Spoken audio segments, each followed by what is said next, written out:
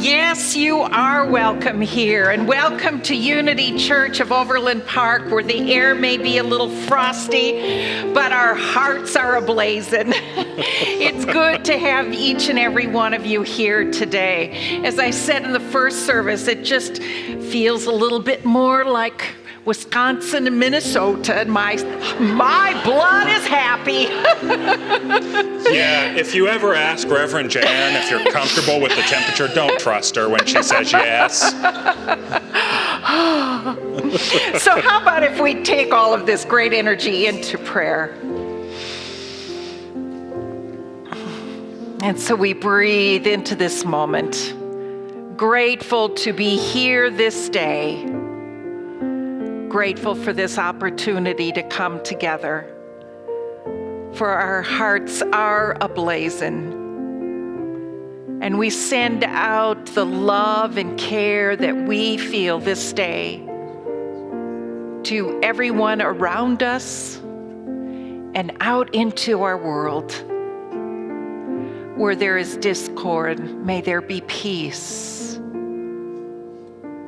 Where there have been weather challenges, may there be support. And that as we move through this day, may we be grateful that we do have the jackets within this space to keep us warm. And remember those that do not, and maybe be a reminder for what is it that we can help do to support someone else. And so for this day, we let our light shine, and so it is. Amen.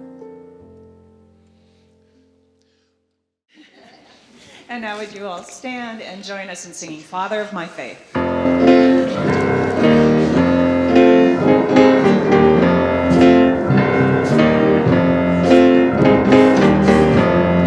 Father of my faith, Mother of my love, let me find your spirit here in all I'm dreaming of. You will be my compass, you will be my guide. I find you here within me.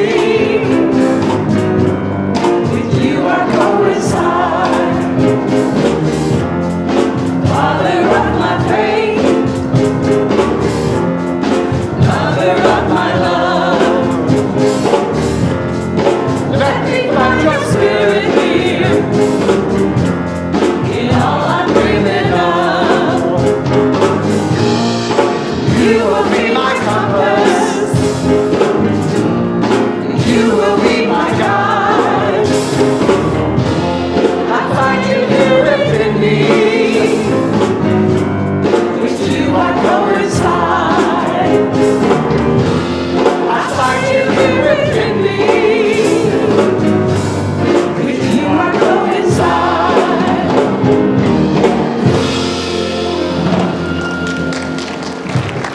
And now everybody just turn to the wonderful folks around you and say hello.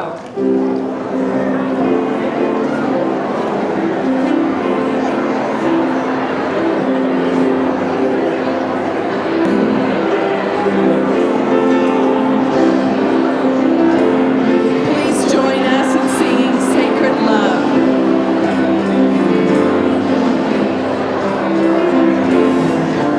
You are sacred love, sacred love is all that you are. You are sacred love, God, sacred love is all that you are. You are sacred love, sacred love is all that you are.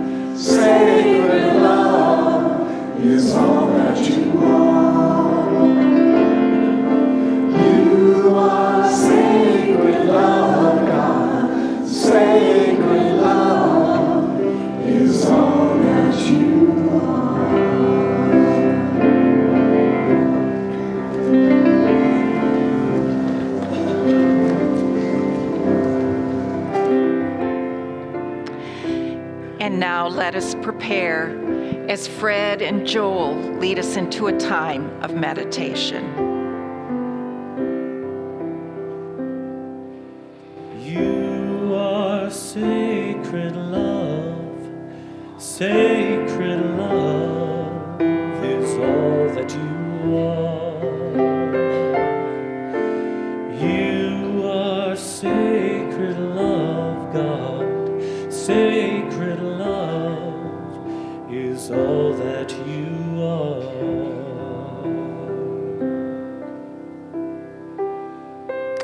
Yes, you are sacred love, for God is love, and that is who we are. The light of God surrounds us. I am the light of God. The love of God enfolds us. I am the love of God. The power of God protects us. I am the power of God. The presence of God watches over us. I am the presence of God. Wherever God is, I am. Wherever I am, God is. Dear beloved ones, let us allow these words to sink deep within us this day. The divine truth of who we are and who we have come here to be. Sometimes we forget in our day-to-day lives the mighty power that is right within us at all times. Sometimes in those dark moments, maybe in the midst of a dark night of the soul, we may feel so alone and so not enough. And it's in those times that we remind ourselves, I am the light of God. I am the love of God. I am the power of God. And I am, even in this moment, the presence of God. So now let us go into the silence and let us allow these truths of who we are so deeply resonate within us in the silence.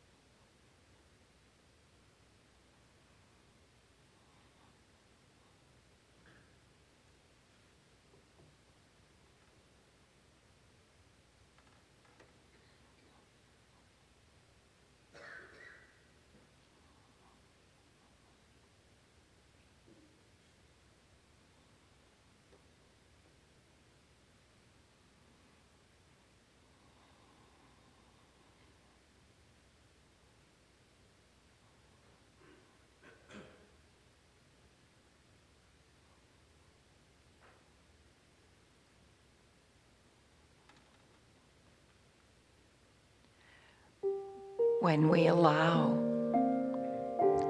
that divine light, that wisdom and understanding,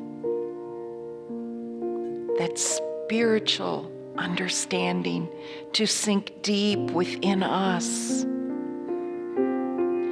as we live from that Christ center, we move forward in our world from a whole new empowered space. We know that as we go out into our world each day, that we are protected, that we are enough. And the presence from which we live, from which we interact with our world and anyone with whom we may encounter, is truly a sacred experience. So as we have come this day and have been reminded and have come home once again to that truth of our being, may we remember that as we go out into the world to continue to share and to live from that space. I am the light. I am the love. I am the power. And I am the presence. And so it is. Amen. Would you please join me in singing the traditional version of the Lord's Prayer?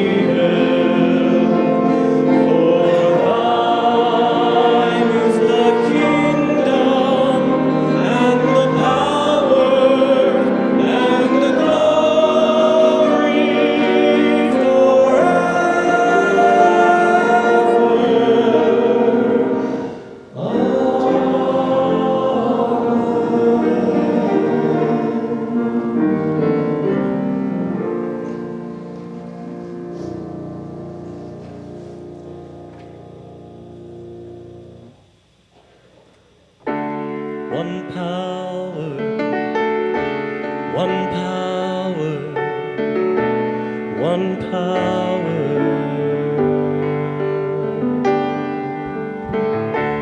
One power, one power, one power.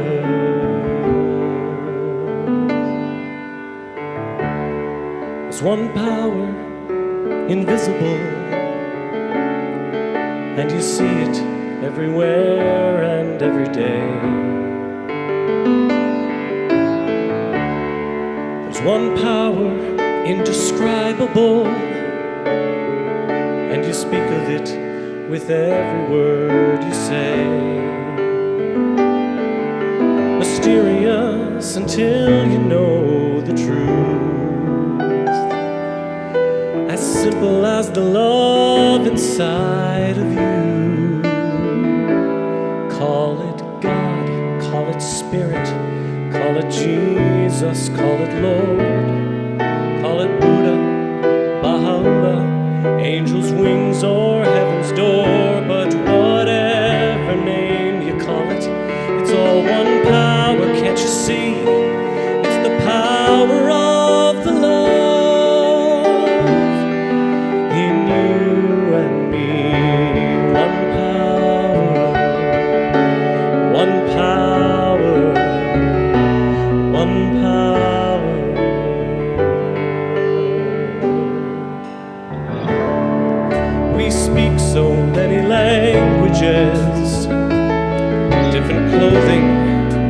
colors, different names.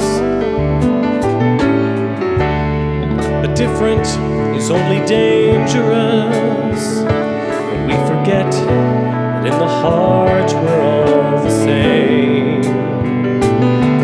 We'll remember once we close our eyes to see that such distances were never meant to be. Call it God, call it Spirit, call it Jesus, call it Lord, call it Buddha, Baha'u'llah, Hashem, or Heaven's Door. It's Muhammad, it's your mind, it's your soul, or it's your sign. It's the universe, it's music, Mother Earth or Father Time. But whatever name you give it, it's all one power, can't you see? Whatever name you give it, it's the very air we breathe. Oh, it's the power of the love in you and me. One power, one power is what we are. Oh, there's one power. Oh, one power. It's the moment of creation. It's an everlasting peace. It's the freedom of forgiveness. It's the sweetness of release. It's the joy of inspiration. It's the sunshine on your face. It's the birthright of all nations. It's the boundlessness of space. It's the beauty of a baby, the serenity of sleep. It's the anger we abandon for its love that's most deep. There's one power. There's one power. What we are is one power.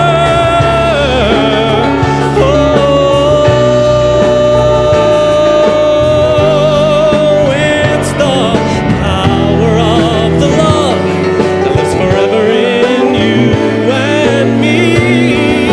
It's the power of the love in you and me.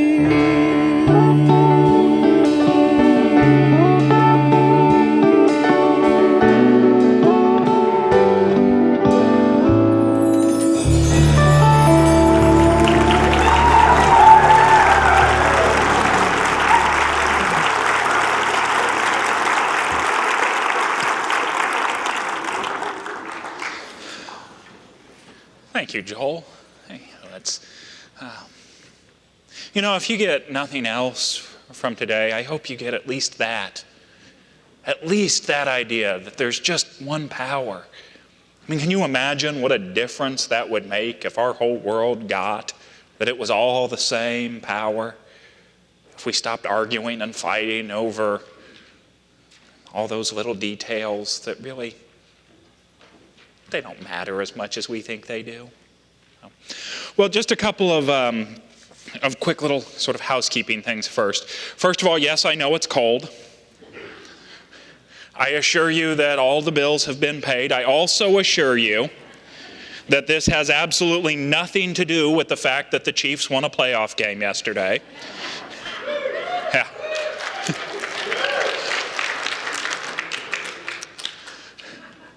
But as I was thinking about how cold it was in here, I realized something. Many of us are very fortunate. Many of us are going to be cold for the next 25 minutes or so, and then we're going to go get in our cars, and we have the luxury of a warm car or the luxury of a warm home to go to. But not everybody has that. And it's hard to feel the light and love of God that you are when you're cold and you're not physically comfortable. So if you do feel it in your heart, just remember that feeling right now. And when you're at the grocery store this week or Target and you're out running those errands and they've got that little rack that has the mittens on it, just consider grabbing a pair of mittens or a hat and tossing it in one of the Planet Aid bins so that somebody else can feel that warmth and that light and love of God. All right, I'm going to get off of that soapbox now and talk about what I had intended to talk about today. It's one of those moments you walk in and you're cold, you're like, ooh, there's an opportunity here, I'm going to take it. You know, I was thinking about the prayer for protection, you know, that prayer that we recite at the end of every service. And we're not the only Unity Church that does that. Many Unity churches the world over conclude their services by speaking the prayer for protection. And what I realized was that, you know, I think that it's possible that there's not been one prayer written by a Unity author that has made a difference in as many lives as this prayer for protection that was written by James Dillett Freeman. You know, this prayer was first written in 1941. And it was written at a time when World War II was raging across Europe. And the world for the first time went, you know, we could use a little divine protection.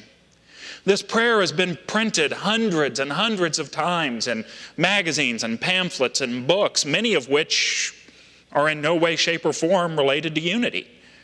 It was carried onto the moon by Buzz Aldrin.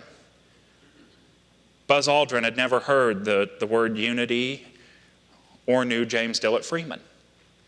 It's carried by millions and millions of people on little cards in their wallets and their billfolds and their purses. It's been used to inspire and remind people that the light of God surrounds them and the love of God enfolds them, that they are divinely protected because wherever they are, God is. But how did this prayer come to be? You know, I found an article written by Unity's poet laureate, James Dillett Freeman, who's the author of this prayer. And in it, he talked about his process for creating this prayer. And it turns out that what actually became the prayer for protection began at a prayer service for Silent Unity the year before. James Dillett Freeman wrote, "Silent Unity has always written a special Christmas prayer service just for Silent Unity workers. And in 1940, I was asked to prepare this service. Now, we never needed a prayer for protection, but in 1940, we needed one. So I wrote one to go with the Christmas service. What I wrote was a little 4-line verse. The light of Christ directs me. The love of Christ enfolds me. The power of Christ protects me. The presence of Christ upholds me." And it was shortly after he wrote that Silent Unity came to James Dillett Freeman and they said, "Would you be willing to create for us a pamphlet that we could send out to the world about this idea of being divinely protected?" And he agreed, and they said, "Well, now on the back we'd like just a list of affirmations and prayer statements that people could use." And so he started writing those. And Mr. Freeman's intention was to include the 23rd Psalm. You know that famous line, "Yea, though I walk through the valley of the shadow of death." And at the time, he had a young woman working at Silent Unity who was doing sort of a little bit of proofreading for him, but also just kind of reading to make sure the words made sense. Sometimes I wish I had somebody that could do that when I was writing these talks. And she came up to him and she said, "You know, Jim, I think you can do better than the 23rd Psalm. And if I was a young woman in England or in Europe and bombs were falling around me and guns were being pointed in my direction, I don't want to feel like I'm walking through the valley of the shadow of death. You can do better than that." Now, Mr. Freeman admits that his response was like so many of all of ours when somebody says something like that to us, and we just kind of go, "Wait, really? You think I can do better than the 23rd Psalm? I mean, that's a pretty popular book. It's in." And so we dismiss that idea. But Mr. Freeman wrote, "Rolling around in the back of my mind was the little verse I'd written as a prayer for protection at Christmas. I'd written it just for Silent Unity, But now it came rolling up to the front of my mind and demanded that I pay attention to it. It enticed me to see what I could make of it. First, I took the rhymes from it. I felt it would be more universally received if it was not a rhyme. Then I changed Christ to God. It had been Christ because it was a Christmas prayer, but I felt if we were going to send it around the world, God might be more acceptable to more people. And so the prayer became, the light of God surrounds me. The love of God enfolds me. The power of God protects me. The presence of God watches over me. And in 1941, that simple 4-line prayer was printed for the very first time by Silent Unity. But it wasn't done just yet. And when Mr. Freeman would talk about his poetry, he would say that, and I'm sure there are some authors out here and poets out here that would tell you the same thing, that there were times when a poem would just come to him. And he would know in that instance, he would write it once and it was complete. But that wasn't what happened with the prayer for protection. It changed, and he kept getting new inspiration and new ideas. And an idea for a line came to him that he felt would make those statements even more powerful. Wherever I am, God is. And so the prayer was printed in its final format in 1943. Now, every once in a while, people will add something to it. You might notice here we add "and all" as well. But that final prayer was complete in 1943. And so we have the opportunity to have Mr. Freeman recite that prayer for us this morning. And as he does, he's going to say it 3 times. And the first time he speaks it in the first person. And so I want you to see this prayer for you. And then he speaks it again, and he speaks it to someone. He says, the light of God surrounds you. So if you would just imagine in your mind if there's somebody that you would like to see blessed in this moment, and visualize them as he's speaking it. And finally, it's for all of us. It's the light of God surrounds us. And so I would like us to just picture our world, all those people in it, and see them divinely connected. And so let's let Mr. Freeman speak this prayer to us now. The light of God surrounds me. The love of God enfolds me. The power of God protects me. The presence of God watches over me. Wherever I am, God is. The light of God surrounds you. The love of God enfolds you. The power of God protects you. The presence of God watches over you. Wherever you are, God is. The light of God surrounds us. The love of God enfolds us. The power of God protects us. The presence of God watches over us. Wherever we are, God is. You know, there's a lot of depth to this prayer. There's a lot of power in this prayer, especially in that last line. In that line that says, wherever we are, God is. Because what we know is the truth that we carry that light and love of God within our hearts. So we can't be separated from it. There's nothing we could ever possibly do to be any less of the light, love, power, and protection of God than we already are. But this prayer also provides with us a pattern for our own spiritual unfoldment. We can also see when we look at these lines and we look at the real depth that's in them, our own spiritual journeys lived out every time we speak this prayer. So it's more than just those moments where, or at least this has been my experience of saying it, something will happen and it will frighten me, and I rattle this prayer off faster than anything else. But I always have to wonder, do I really take the time to know what it's saying? What am I affirming when I say this? In order to really take a look at that, there are a couple of things about the nature of God that we should understand. You see, that first line, and it's really in the first two lines of this prayer that we find sort of that pattern of our spiritual journey. That first line, that idea that the light of God surrounds us. One of the things that's important to know is that our co-founder, Charles Fillmore, believed that light, the light of God, represented spiritual understanding. It represented that part of us that knows that God is all-wise, all-knowing, all-powerful, and yet knows that we have the ability to comprehend what this all-powerful thing is moving through us and guiding us and directing us. And so when we hear that line in the prayer, that idea that the light of God surrounds us, what we can hear ourselves affirming, we sort of translate in our mind this idea that the all-knowing wisdom of God is available to us in every moment.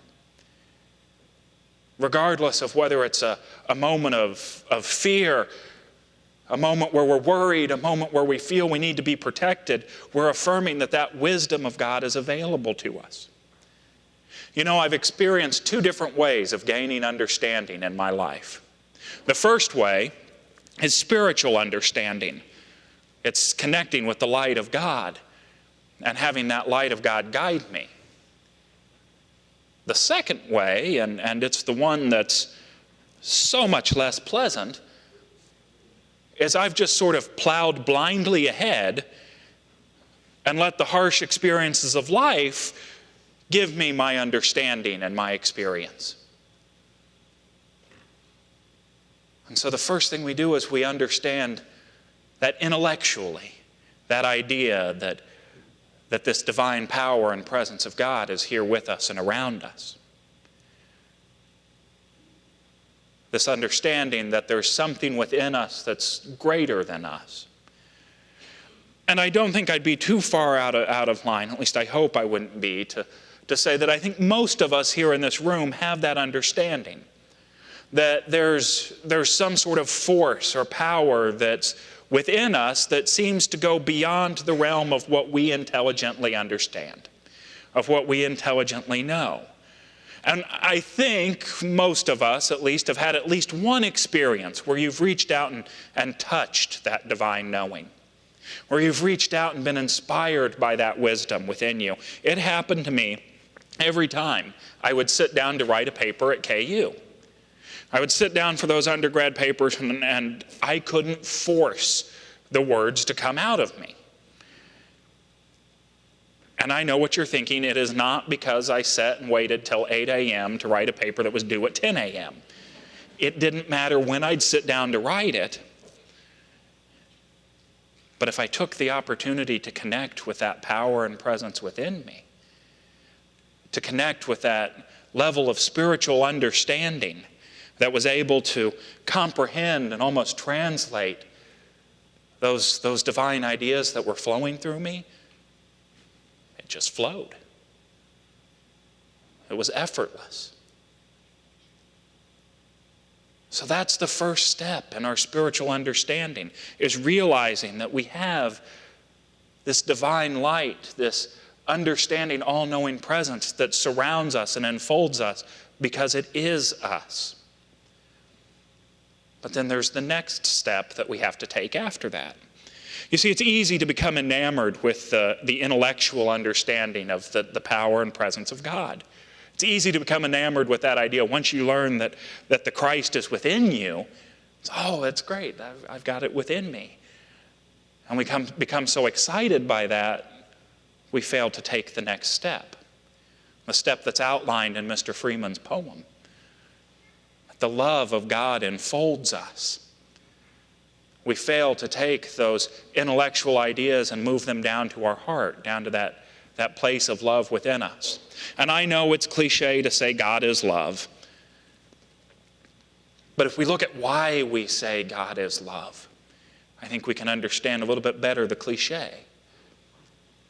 You see, if we know that love is the greatest harmonizing, peace-giving principle known to humankind, and we see those same qualities in God, well, it becomes the easiest way to identify it. So we take the intellectual understanding that we have and we move it down to our heart. You know, here at Unity Church of Overland Park, we like to look at the Bible as an allegory for our own spiritual journey. So we look at the characters, the places, the events, and then we see ourselves in them. And we see how those have represented us on our spiritual journey from time to time. And it's sort of interesting. The two characters that came to me for this particular topic this morning were John the Baptist and the Christ. And I was sitting there wondering why, what it was about these two characters. And then what I came to find out was that John the Baptist represents intelligence, intellectual knowing. He represents that part of us that sees and knows spiritual truth, but only comprehends it at that sort of mental level, that's not able to fully make it a part of what we are. He represents the understanding, and then the Christ represents the ideal, the love of the Christ that enfolds us.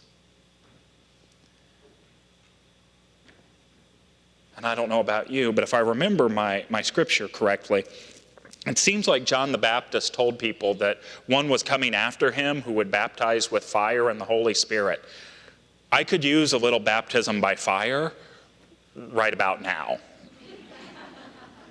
We thought about doing a burning bowl service real quick this morning, but it's that idea that that divine light flows within you. And then you take it, that little 6-inch journey from your head, from understanding it's within you, down to your heart, so it becomes all of what you are. And so let's take the opportunity to do that right now. We're going to go into a time of meditation where we're first going to intellectually affirm to ourselves that truth, that the light of God surrounds us. A spiritual understanding of God is around us. And then we're going to take that little 6-inch journey down to our heart and allow that spiritual truth to be enfolded in the love of God that we are. You know, divine love is a wonderful multiplier. So if we can take the things we understand intellectually and multiply them in love, they grow exponentially as a result. Now, at the end of the prayer time, the words for the prayer for protection will come up behind me. And we're actually going to speak at this time as sort of a call and response. So I'll say the first part of the prayer, and then you'll see your response come up below it. But just for those of you that would like to know what to be expecting, so you're not sitting through meditation time going, okay, but I'm going to have to speak afterwards. And what do I have to... What we'll say is the light of God surrounds you, and then your response would be, I am the light of God. So it'll be up there behind us on the screen. But let's just take this opportunity to turn within, to become comfortable right here, right where we are. To in this moment know the truth that wherever we are, God is. To know that we are surrounded by the all-knowing wisdom of the universe. To know in this moment that that intelligence is a part of what we are.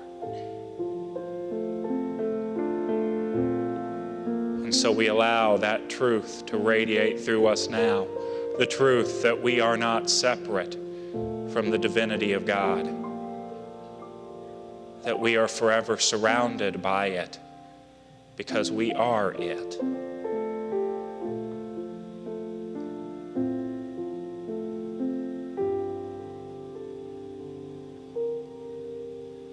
And before we allow ourselves to get carried away just by the understanding of that truth, we unfold the power that we are in love, knowing that the love of God blesses and multiplies us in wonderful ways, knowing that whatever divine idea comes to us, we take the step to unfold it in love, knowing that it becomes all of what we are. And so we rest in just a few moments of silence as we unfold ourselves in love in the silence.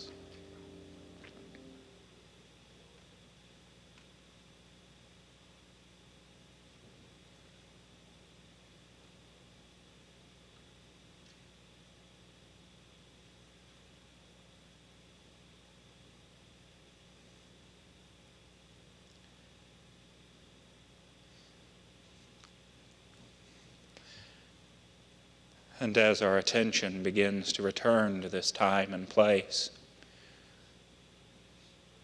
I would like to invite you to open your eyes if it's comfortable for you, as the words will appear on the screen. The light of God surrounds me.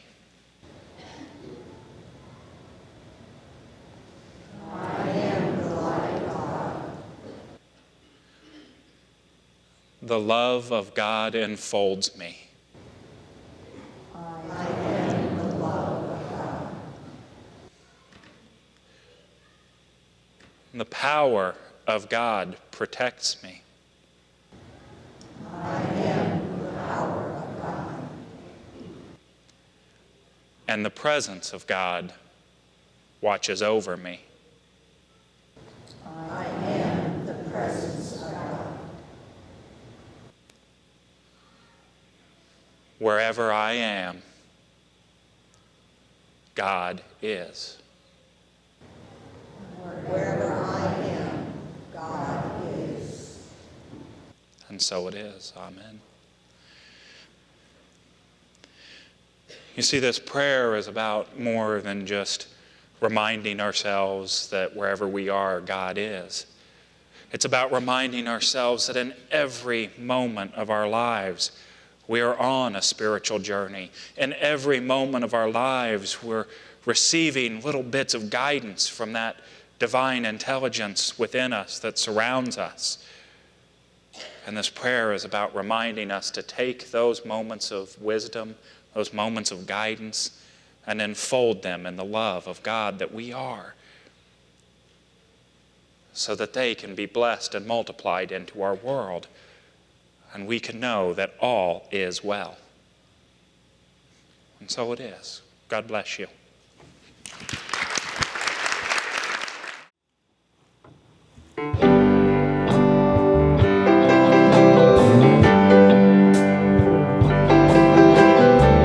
God is my help in every need.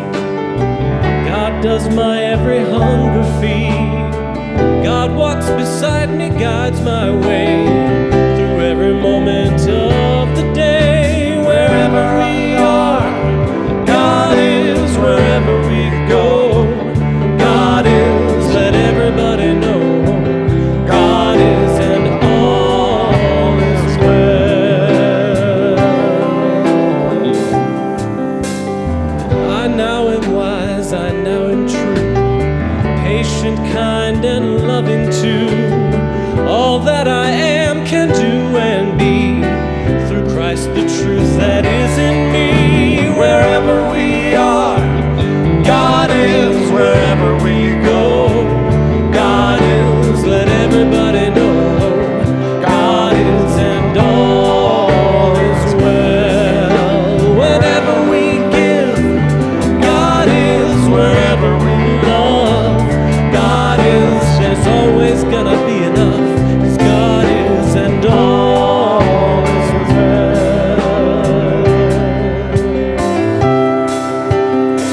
God is my health, I can't be sick. God is my strength, unfailing quick. All that I am, can do, and be, since God and love and truth are here. Wherever we are, God